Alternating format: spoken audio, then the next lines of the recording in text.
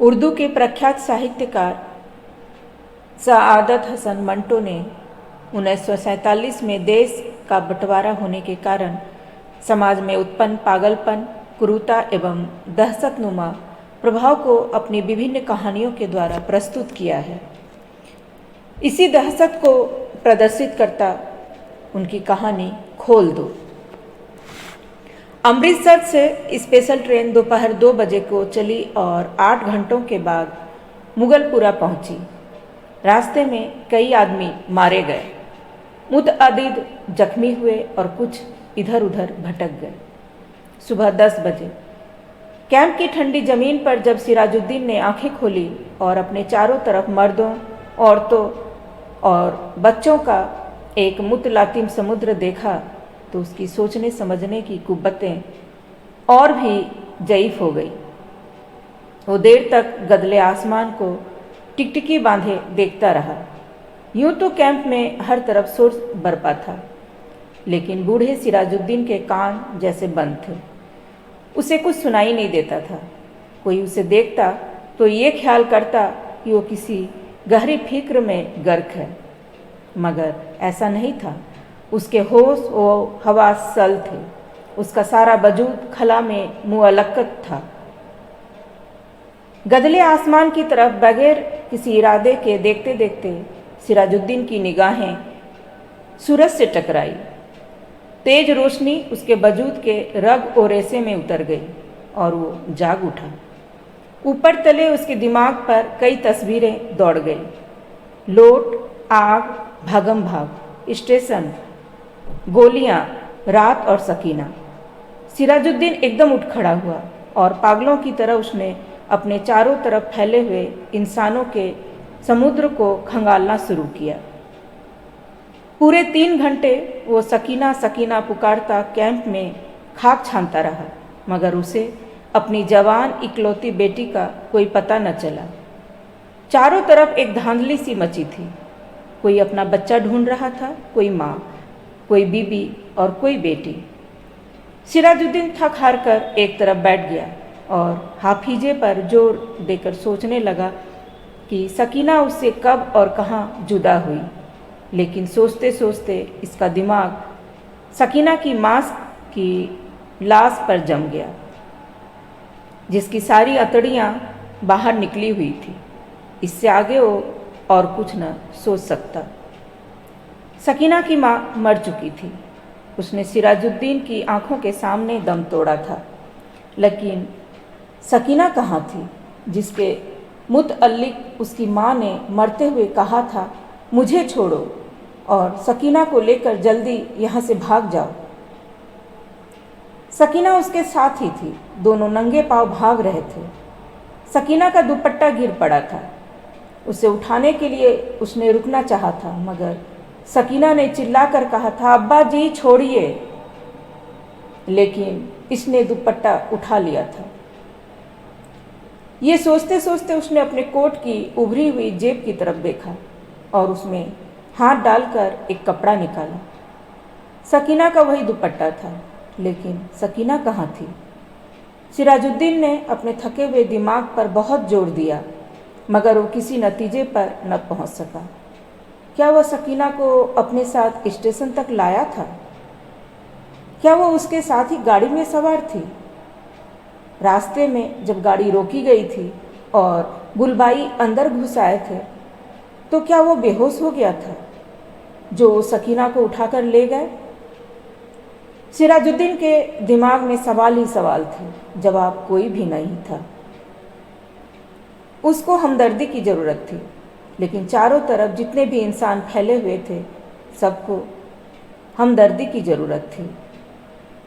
सिराजुद्दीन ने रोना चाहा, मगर आंखों ने उसकी मदद न की। आंसू जाने कहाँ गायब हो गए थे। 6 रोज के बाद जब होश व हवास किसी कदर दुरुस्त हुए, तो सिराजुद्दीन उन लोगों से मिला जो उसकी मदद करने के लिए तैयार थे।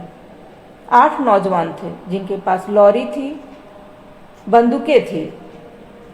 सिराजुद्दीन ने उनको लाख लाख दुआएं दी और सकीना का हुलिया बताया। गोरा रंग है और बहुत ही खूबसूरत है। मुझ पर नहीं, अपनी माँ पर थी।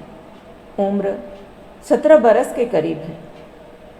आंखें बड़ी बड़ी, बाल स्याह, दाहिने गाल पर मोटा सा तिल। मेरी इकलौती लड़की है, ढूंढ लाओ, खुदा तुम्हारा भला करेगा। नौजवानों ने बड़े जज्बे के साथ बूढ़े सिराजुद्दीन को यकीन दिलाया कि अगर उसकी बेटी जिंदा हुई तो चंद ही दिनों में उसके पास होगी। 8 नौजवानों ने कोशिश की। जान हथेलियों पर रखकर वो अमृतसर गए। कई औरतों, कई मर्दों और कई बच्चों को निकाल कर उन्होंने महफूज मुकामों पर पहुंचाया। 10 रोज गुजर गए मगर उन्हें सकीना कहीं न मिली। एक रोज वो उसी खिदमत के लिए लॉरी पर अमृतसर जा रहे थे कि 6 हर्टा के पास सड़क पर उन्हें एक लड़की दिखाई दी। लॉरी की आवाज़ सुनकर वह बिदकी और भागना शुरू कर दिया। नौजवानों ने मोटर रोकी और सब के सब उसके पीछे भागे। एक खेत में उन्होंने लड़की को पकड़ लिया। देखा तो बहुत खूबसूरत थी, दाहिने गाल पर मोटा तिल था।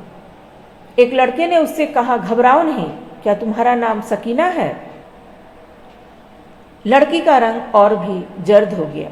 उसने कोई जवाब न दिया, लेकिन जब तमाम लड़कों ने उसे दम दिलासा दिया तो उसकी बहसत दूर हुई और उसने मान लिया कि वो सिराजुद्दीन की बेटी सकीना है। नौजवानों ने हर तरह सकीना की दिलजोई की। उसे खाना खिलाया, दूध पिलाया और लॉरी में बिठा दिया। एक ने अपना कोट उतारकर उसे दे दिया, क्योंकि दुपट्टा न होने के बाइस वो बहुत उलझन महसूस कर रही थी और बार बार बाहों से अपने सीने को ढांकने की नाकाम कोशिश में मसरूफ़ थी। कई दिन गुजर गए। सिराजुद्दीन को सकीना की कोई खबर न मिली। वो दिन भर मुख्तलिफ कैंपों और दफ्तरों के चक्कर काटता रहता, लेकिन कहीं से भी उसकी बेटी का पता न चला। रात को वो बहुत देर तक उन नौजवानों की कामयाबी के लिए दुआएं मांगता रहता, जिन्होंने उसको यकीन दिलाया था कि अगर सकीना जिंदा हुई तो चंद दिनों में ही वो उसे ढूंढ निकालेंगे। एक रोज सिराजुद्दीन ने कैंप में उन नौजवानों को देखा। लॉरी में बैठे थे। सिराजुद्दीन भागा भागा उनके पास गया। लॉरी चलने ही वाली थी कि उसने पूछा, बेटा, मेरी सकीना का पता चला? सबने एक जवान होकर कहा, चल जाएगा, चल जाएगा, और लॉरी चला दी। सिराजुद्दीन ने एक बार फिर उन नौजवानों की कामयाबी के लिए दुआ मांगी और उसका जी किसी कदर हल्का हो गया। शाम के करीब कैंप में जहां सिराजुद्दीन बैठा था, इसके पास ही कुछ गड़बड़ सी हुई। 4 आदमी कुछ उठाकर ला रहे थे। उसने दरियाफ्त किया तो मालूम हुआ कि एक लड़की रेलवे लाइन के पास बेहोश पड़ी थी। लोग उसे उठाकर लाए हैं। सिराजुद्दीन उनके पीछे पीछे हो लिया। लोगों ने लड़की को अस्पताल वालों के सुपुर्द किया और चले गए।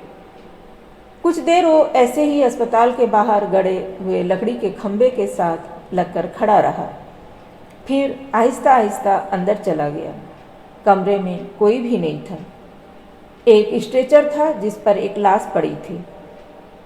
सिराजुद्दीन छोटे छोटे कदम उठाता उसकी तरफ बढ़ा। कमरे में दरअसल रोशनी हुई। सिराजुद्दीन ने लाश के जर्द चेहरे पर चमकता हुआ तिल देखा और चिल्लाया, सकीना! डॉक्टर ने, जिसने कमरे में रोशनी की थी, सिराजुद्दीन से पूछा, क्या है? सिराजुद्दीन के हलक से सिर्फ इस कदर निकल सका, जी मैं इसका बाप हूँ। डॉक्टर ने स्टेशन पर पड़ी हुई लाश की तरफ देखा, उसकी नब्ज टटोली और सिराजुद्दीन से कहा, खिड़की खोल दो।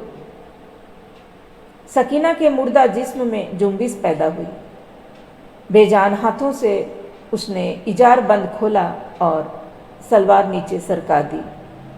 बूढ़ा सिराजुद्दीन खुशी से चिल्लाया, जिंदा है, मेरी बेटी जिंदा है। डॉक्टर सर से पैर तक पसीने में गर्क हो गया। तो आज के लिए बस इतना ही, फिर मिलते हैं। एक नई कहानी के साथ।